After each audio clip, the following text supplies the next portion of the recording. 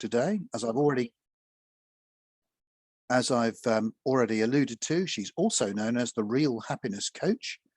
And this afternoon, she's going to take us through what to do with aggression and intimidation in the workplace, particularly having regard to managing customers' expectations, what with so many expectations needing to be managed these days, and how to then diffuse the trauma that arises and avoiding the raising of our own stress levels, which is what I had earlier on when I found when I was hosting this meeting and suddenly realized I lacked the technical expertise to actually do it. So, Caroline, over to you. Hello, thank you. I shall share my screen. There we are. Hello, everybody. Caroline Day. I've been in this meeting for a long time. Can you all hear me all right? Coming through loud and clear? Yes. Yes. Yeah, I'm here to talk to you about dealing with aggression and violence. I've done this for many years, and it's absolutely fascinating how to deal with people. I do work in public sector, government departments, planning officers, housing officers, teams of people, solicitors, and anybody on the front end, the really front line. That's why it's called keeping at the sharp end. That's often come up in the context of care. So today I'm going to do it in hospitality because I thought it would be good to do a particular focus for it. But actually it translates very well to other environments, which I change it to accordingly. I'm just setting my timer so I know how I'm doing. So we're going to talk about handling the pressure, staying in control, withstanding provocation, how to anticipate and prevent escalation, and deal with aggression, threats, and intimidation. So here we are, the wonderful world of hospitality. It's a very cheerful place to be, and I always say front of house staff live in a world of happy optimism. When they start a shift, they're in this wonderful, looking forward to a nice evening, lots of super guests and all the rest of it. So here's a young lass, very excited, got her first tray to go out. But working in hospitality is great, but sometimes it's not so great.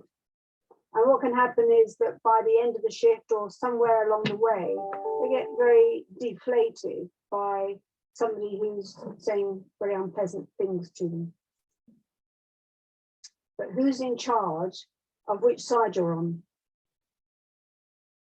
Is she in charge of whether she's happy or grumpy? And where would you say you were? Because this is a continuum. We're all somewhere on the scale all the time. And I always think people have a natural resting point. So are you naturally optimistic or naturally more on the gloomy side? No right or wrong. We're just all somewhere all the time. And this is how you do it. We can only pick up what's outside us. So you are picking up on my external behavior. All you've got to go on is what I'm doing and how I'm sounding. And everything I do and say is going into your internal train of thought. And inside you are going, I, of course, am watching you like a hawk on the side of my screen and going, And it's no more complicated than that. These two make up your state. In order to be happy, you're going to have a happy train of thought and you'll probably be smiling. In order to be upset, you're going to have a different train of thought and you will look different. The thing is that what we see and hear is a reflection of what we believe. And you undoubtedly pick up what you expect to pick up. So there's lots of other stuff behind this course, but we're starting here. Right, so who's in charge of your state? So here we have another young lass in two different states of being. And it's a question of cause and effect, as we call it, cause and effect. Or one side's blue and one side's red. It's a question of I can versus I can't. If you're running I can, you're going to be in a better position than if you're running I can't. Are you accountable or blaming other people? There's a lot of blaming going on at the moment, certainly with this pandemic and who knows what. lots of blaming. You're very disempowered when you're blaming. Are you in charge of your state or not in charge of your state? Some people give their state to another person to control. They don't actually, but it's as if they do. And they let themselves be changed by external events. And you're on a hiding to nothing when you do that. In most situations, the question of how resourceful you are. I think undoubtedly when you're on the cause side, you are more resourceful. You'll think of something to do. On the red side, you're more likely to be stuck. It's like the rabbit in headlights, the freeze. Being a defect lets you off the hook, but it means you can't change it. As soon as you allow other people to take control, you're stuffed. Technical term. Then there's the law of resonance. Now, I've talked about this many, many years, but we all resonate certain things. So you'll resonate in something. As you sit there in your chair, you're resonating. You might be resonating interest, or you might be resonating emails, or resonating happiness, or resonating gloom. But what you resonate certainly has an effect on what you pick up. If you're annoyed, you will notice everybody who's annoyed around you, then you'll get more annoyed. If you're feeling happy, you're more likely to pick up on the happy people around you, and you'll reinforce your happiness. So it's a question of where you are. In hospitality, this is very important, because if you're turning up to work and you've got lots of things going on in your private life, then that's going to influence how your day goes. So why are people aggressive? Well, there's lots of reasons. Frustration is one. If you had trouble getting to the restaurant and you couldn't park your car, and then you left it somewhere, and then you got a ticket, by the time you come into the restaurant, you're already wound up, and it just takes, I don't know, something to get you going. There are frustrating things in restaurants. When you can't catch your server's eye, it's very irritating. If you're trying to get somebody to give you the bill and they keep flying around and won't look at you, that can be very frustrating. There's no right or wrong, but that can be a factor. Anxiety. If people are very anxious, it can look very similar to aggression, but it makes you more sensitive, and therefore you might snap. Aggressive role models are very important, because some people just think it's what you do. Some people grew up in families where they all shout at each other, and say if something's not right, then they shout at the member of staff. Aggressive role models are on television. They're all around us now. It used to be that you got your role models first from the family, and then from the school, and then your peers and what have you. Now it seems to be from TikTok or Instagram. So there are aggressive role models around. Bottled up, and it comes out like a champagne cork. It's where you're the fifth person they've asked, and I still haven't got it. And that comes out like rage. But short-term gains, they don't want a long relationship with you as a waitress or a waiter. They just want what they want, and they want it now, and they'll do whatever they need to do in order to get it. And if you give in to somebody who shouts at you, you've just trained the whole waiting room how to do it. I used to say that to GP receptionists. If you want to see an appointment, see a GP sooner, make a fuss in reception, and they'll probably show you in first to get you out of the way. Not good for discipline. Right. So, quickest recovery strategy. Let it go. Let it go, because it's not personal. They don't care. If I'm shouting at you and you fall through a hole in the floor, I'll shout at the next person. It's not personal. Just keep breathing.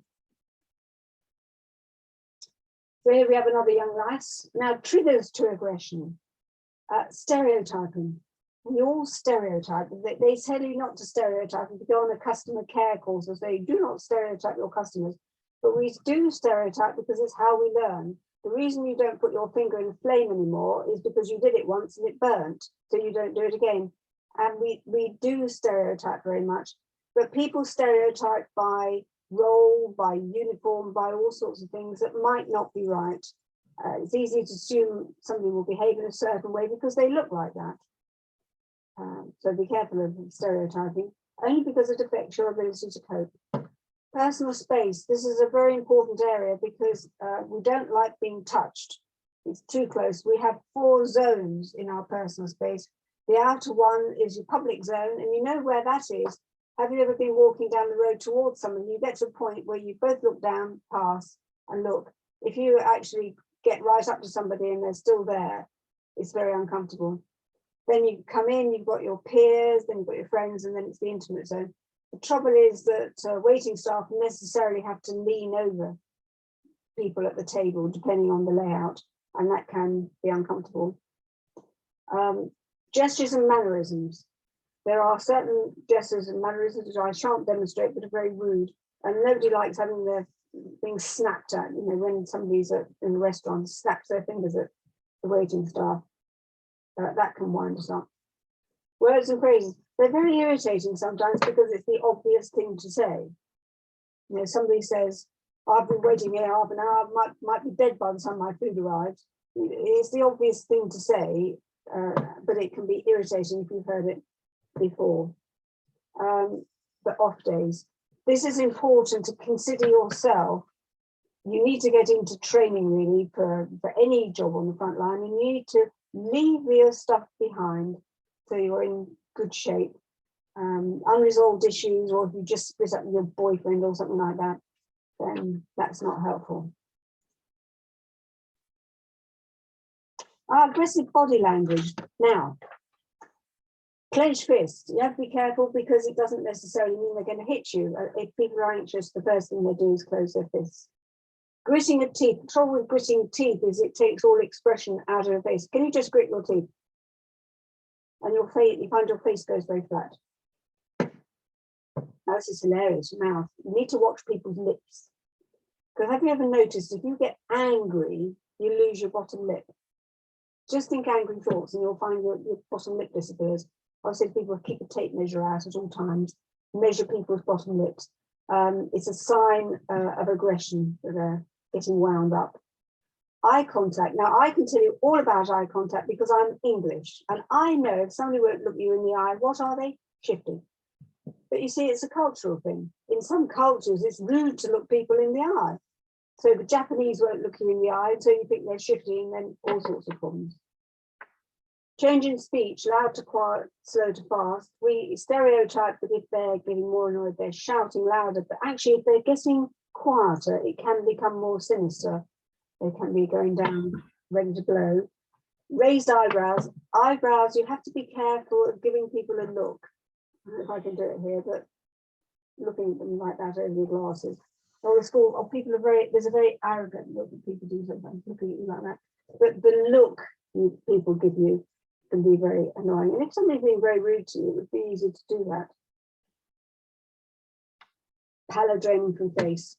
Now, I always say to people, it's useful to notice because they might be dead, but they might also be getting more wound up. It's a sign of the aggression, adrenaline going into the blood and the organs, ready to hit you or to run away. So that is important.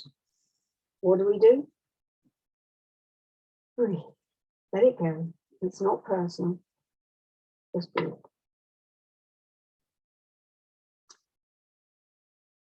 Now, key defusing techniques are rapport, the use of rapport. Rapport is the art and science of getting on with people. And when you get on with somebody without trying, you are in rapport. You can't help it. Have you ever noticed with friends, you all pick up your food at the same time? You can pick your glasses up at the same time. You automatically do it. So when you're in a frontline situation, if you're in a good state, you're likely to follow rapport. Be careful of not following rapport. And I always quote the sort of restaurant where you go in and they say, "Hi guys, how are you?" Well, if you've gone out for a lovely sensitive evening, you might not feel like that. So if it's the hippie hoppy chicken diner, it's relevant. But if it's anything else, it might not be relevant. So just do it according to the tone of your place. The confrontational position, avoiding the confrontational position. People will march straight up to you and speak to you face to face. And you have to keep looking at them, but put a slight turn in your shoulders. When I'm doing this with people, I get them to march around the room so they're not standing by each other. That's why they've changed the position in your doctor's surgery and now at right angles rather than directly opposite. breaking state is doing something that interrupts the proceedings. So if somebody's shouting, this is in context of hospitality, if somebody's shouting at you or getting abusive because the meal's late, saying, let me just go and ask the kitchen how they're doing, and then you're out of there. The idea is to remove yourself from the situation and get back. You can always call your manager over, that's breaking state as well. Back in the day, I remember it was a housing team, I think, and this man was there and he wanted to speak to a man. And so they sent the manager out, who was a woman, and he knew he wanted to speak to a man. And he insisted, so they sent the tea boy out and he was quite happy. The tea boy couldn't tell him anything, but he wouldn't get away with that now. Output mode. Now, there can be times where it's all gone wrong and somebody's ready to blow, and that's a different category. So here we have an unhappy diner, little chappie. He's starting to get wound up. You get him more wound up. And obviously up there, it's not so good. And you have to do something about this, because this is where they really do kick off. So here we have our little unhappy diner. Now he's on the way up, and he's still got a way to go to blowing. If you were ever in this situation, stop doing whatever you're doing. Stop doing anything at all. It's not the time to ask them if they want the bill or anything like that. Just stop the role and become a person. Make sure you keep a positive mindset. Expect it to go well, and you stay absolutely silent. You shut up, because anything you say at this point will divert their anger from the thing they're cross about to you. And they'll say things like, oh, I'm not allowed to speak now, I can't say what I think. And you need to nod for England, because you need to show that you're still listening. So the way most countries seem to notify nodding, you get away with nodding. You should assign you're listening. And this is what you're going to do. When they do get to a point where they say, are you listening to me, or are you going to do anything about this? That's your chance to take over control. Then you need to raise your voice, so it's just about their level, but don't match the emotion. Just slightly raise your voice and then bring your voice down. That brings them down a bit, and you do the same. So that's the way to deal with that. Expert front of house, calibrate how customers are doing all the time. You should be looking at them and calibrating how they're doing. That's back to that state, look at external, internal, raising your sensory acuity. Pay attention to what's going on and maintain resourcefulness. The trouble is, when people are stressed, they're so worried about getting the tables and the food out that you can miss information. So you need to keep your eyes on stalks. Handle and resolve issues as soon as they arise. As soon as you realise something's not quite right, deal with it there and then. And follow the formula for safety. Formula for safety is something we came up with to stop, check your sensory input, stare, cause, and trust your instincts. It's been hard for hospitality. I mean, you're all masked up. And it is hard to build rapport with people when you're masked up. It's definitely not the same. But it's looking better now, looking good. We're seeing the real people, and we're getting back to the wonderful world of hospitality. Whee! And there we are. It's my little 10 minutes or 20 minutes or whatever it was. Caroline, that was fantastic. Thank you for that. Yes, how time flies when it's interesting like that. But what it does, of course, mean is that we've now got, in effect, nearly half an hour's worth of follow-up questions, which no doubt will now come flooding in, particularly those from the hospitality sector. Were they to be here, that it features so heavily. Andrew, was that a hand that was raised then? It was. Yes, it was actually. Thank you, David. Yes. Not really a question, but just you really struck a chord when you said about the person wanting to speak to a man and then the boy being sent out. I had a very similar thing happen, and it just made me furious. that someone was trying to sell me a telephone system. And I said, well, my admin manager, Louise, deals with all these things. And he kept on pestering me. And I said, look, I told you, you need to speak to Louise. And he actually said, I'm sure Louise makes a lovely cup of tea, but I need to speak to you. I would like to name that person, actually, to punish them for that, but absolutely appalling. And so just to back up, yes, it happens. The thing is, in aggressive situations where something like that happens and you get annoyed, at the moment you're annoyed, the only person who's affected is you. Because the other person doesn't mind that you're annoyed. So sometimes you can have a rotten day because of something that happened. But this is why I say it's not personal. They're just put it in how you like, but they're plonkers or whatever. I remember once being in Waitrose with my dear old dad. We were doing some shopping, and there was a mother with I don't know if it was her son, grown-up son, but he was shouting at her everything she picked out. It was probably Asperger's or something. But she picked out some fish, and he said, "You know I don't like fish." And my father just said to me, "Just be glad you're not married to him." And that actually what that did was it just, made me feel lucky that actually I didn't have something like that. It must be very hard. Yeah, absolutely right. Yeah, you're right. You know, the anger stays with me. As you can see, I'm still angry about it now. You know, and to him, it's never happened, does it? You know, he won't remember it. No, what he will remember is the fact that he didn't get a sale. True. And I told him why. Rob, you've got a little cartoon hand up. Yeah, I was interested quite late in your presentation, Caroline. You talked about someone coming at you with a raised voice, and you suggested actually replying to them with a raised voice. Now, my natural instinct would be to almost lower my voice, to adopt quite a calm tone. Although you did say then very quickly to bring your own tone back. Interesting bit of advice. If you go in with a very quiet voice, you are not in rapport. I remember going to see a friend for a barbecue, and she lived close to Heathrow. And actually all everybody did was raise their voice when the aeroplane went over and then lower it again at the same time. And if you're with a loud speaking group of people, you're more likely to speak loudly because you're in rapport with them. But actually, if you're really annoyed about something and somebody comes and says, "How are you? Can I help you?" That's extremely irritating. Whereas if you raise your voice, but not so matching the volume, but not the anger, but then tuck in just under them, but raise your voice. So you say, "That's absolutely terrible. Now let me see if I can help you," and bring yours down. If you hit rapport, they'll follow you down.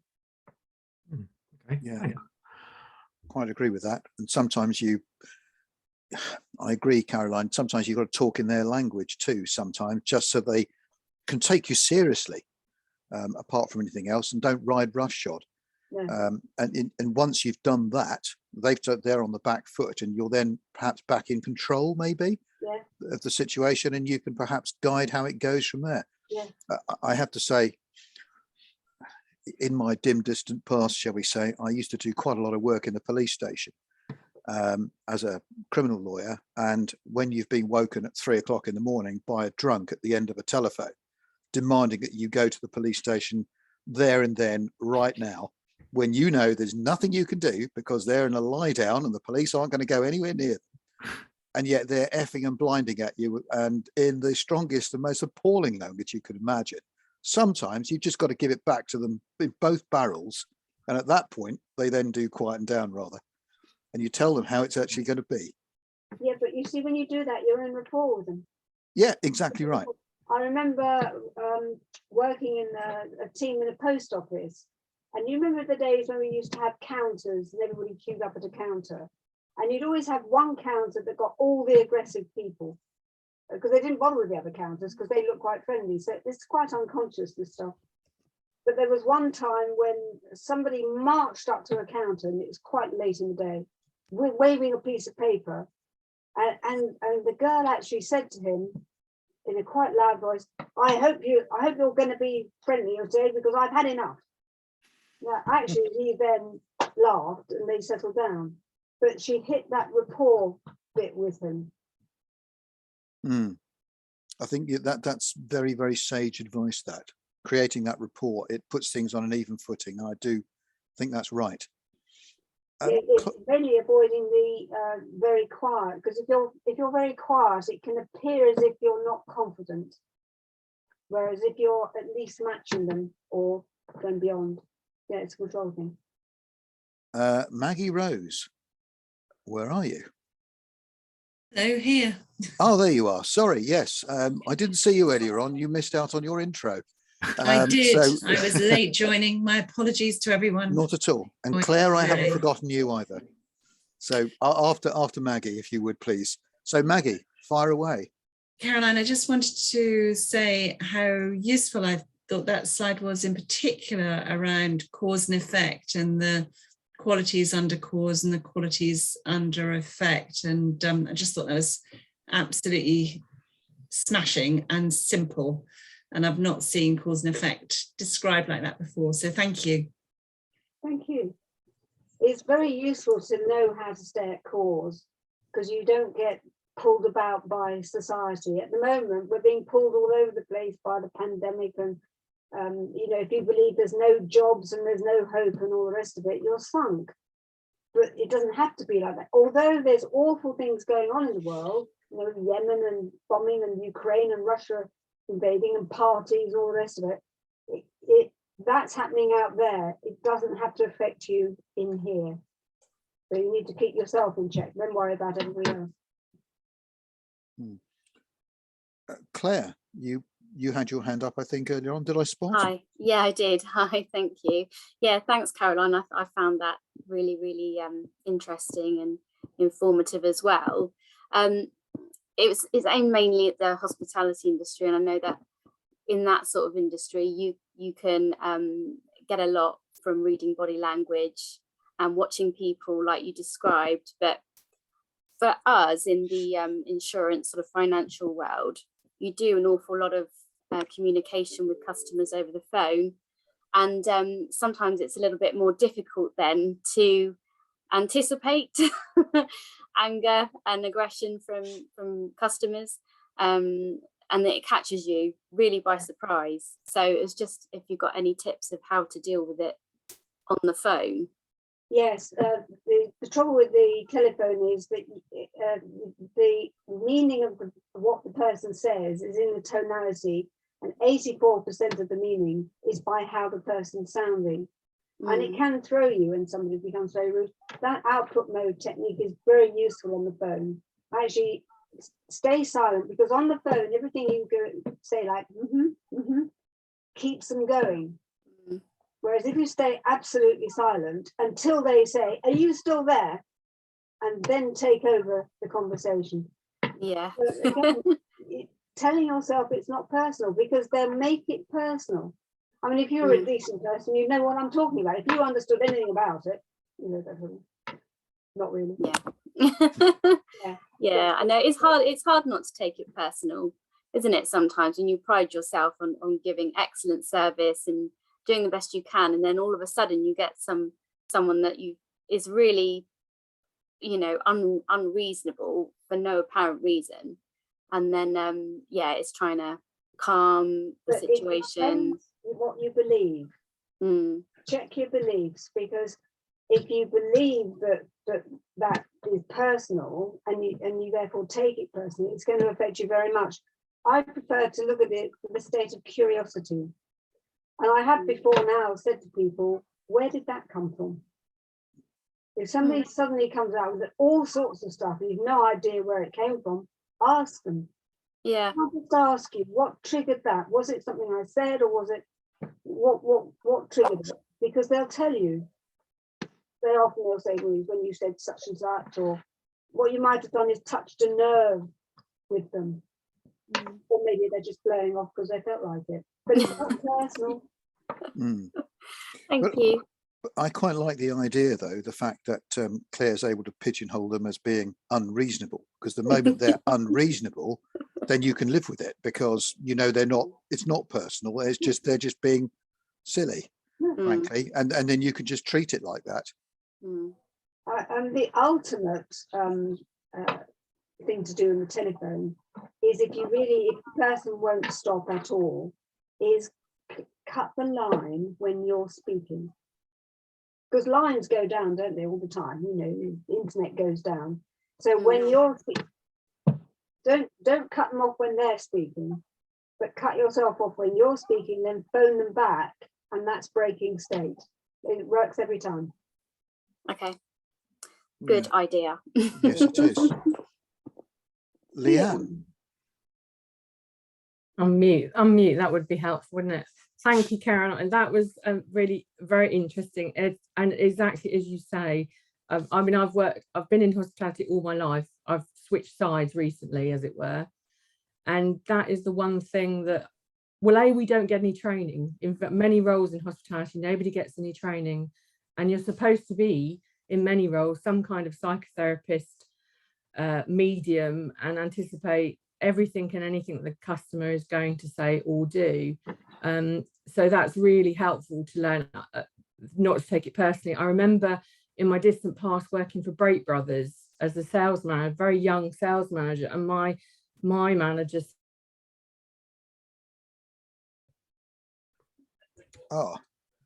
saying to me, you have to think, if you get the owner, you have to ask yourself why that is. And it could be any number of reasons, not least that 10 minutes before you arrived, his freezer broke down. So the last person he's going to want to speak to is a frozen food salesperson. So that's really good. But I mean, unfortunately, it is the case. We don't get training. I have learned over the years to try to intercept before it escalates out of control. That's very helpful. And B, like you were saying, once it escalates to the point where they're just literally doing the nut, just stay quiet, because they will, won't they? They eventually run out of steam. Yeah. And then at that point, you can dig a little bit deeper and find out, you know, perhaps a bit more of what's going on. So yeah, some helpful tips. Thank you. In a doctor's reception, if they ever had somebody really kicking off, by the time the police arrived, the person was sitting very quietly in the corner and didn't know what the fuss was about. Yeah. And there's any number of reasons, isn't there? You know, you have to appreciate, we've all, not least in the last 2 years, we've all been through unprecedented times and personal situations. So it's even more important. It's something I'm quite, yes, of course I recruit for a living, but I'm equally passionate, A, about the hospitality industry, but B, just making sure people have got that support going forward, because it's a tough gig. I mean, you know, lots of industries are tough gigs, but that's, you know, that's my industry. So I do the same thing with the care sector. It can be quite hard for carers when they have to leave somebody and they know they can't get back to get them out of bed in the evening, and to bring them to come home and then have your own nice evening. They suffer terrible guilt. But it's the same thing, unfortunately. You've got to look after yourself too. So that helps you then, doesn't it? That does help you look after other people. Yeah, for sure. You can only do what you can do. It's you know, it's lovely work, because I work with people who are really quite downbeaten sometimes. Yeah. And it boosts them up and what have you. The hospitality solicitors have trouble. They deal with such terrible cases and unhappy divorces and terrible murders and things. And it's the same thing. It's the residue of emotion. It's not yours. It's theirs. It's terrible. You are professional, and when you're in a state where you're taking it on, you can't actually help them anymore. Yeah. You're absolutely right. I mean, you very much have to depersonalize it. If people get personal about the evidence, for example, they're seeing, then as a head of department, you need to take that away from them and give it to someone else. Again, in a criminal context, I have to say it concerned me that after many years she doesn't work for us now, but there was a young lady who specialized in sexual cases, if I can perhaps put it that way, and she became quite immune, shall we say, to particularly, you know, the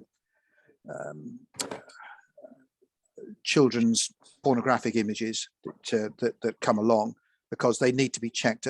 Just very briefly, each type of image, depending on its seriousness, is categorized in a different way. So they sometimes have to be viewed in order to make sure that categories are correct, shall we say, when it comes to sentencing. And she became rather sanitized by the whole thing. Yeah. That concerned me, and I had to then, I said, no, we've got to look at this in a different way. With carers, if people are caring for their parent and they've got dementia, you can get compassion fatigue, which is the same thing, that it's gone on so long that you're just worn out, and you've got nothing left to give, and you're not actually that useful for them whilst you're in that state. But you can turn it around quite quickly. That's the good thing. And the course, when I do it for real, they take me through a process. The whole of the first part is looking at you and how you are and what you do with your physiology and how to control your thoughts so you stay in a good state. I believe I've got a stress talk coming up. I'm going to do the first half on the stress one. So you should come to that too. Are there any more questions from anyone? Was that a hand, Nicola? Did I see, or no? Right, okay. Well, there we are. Caroline, it looks like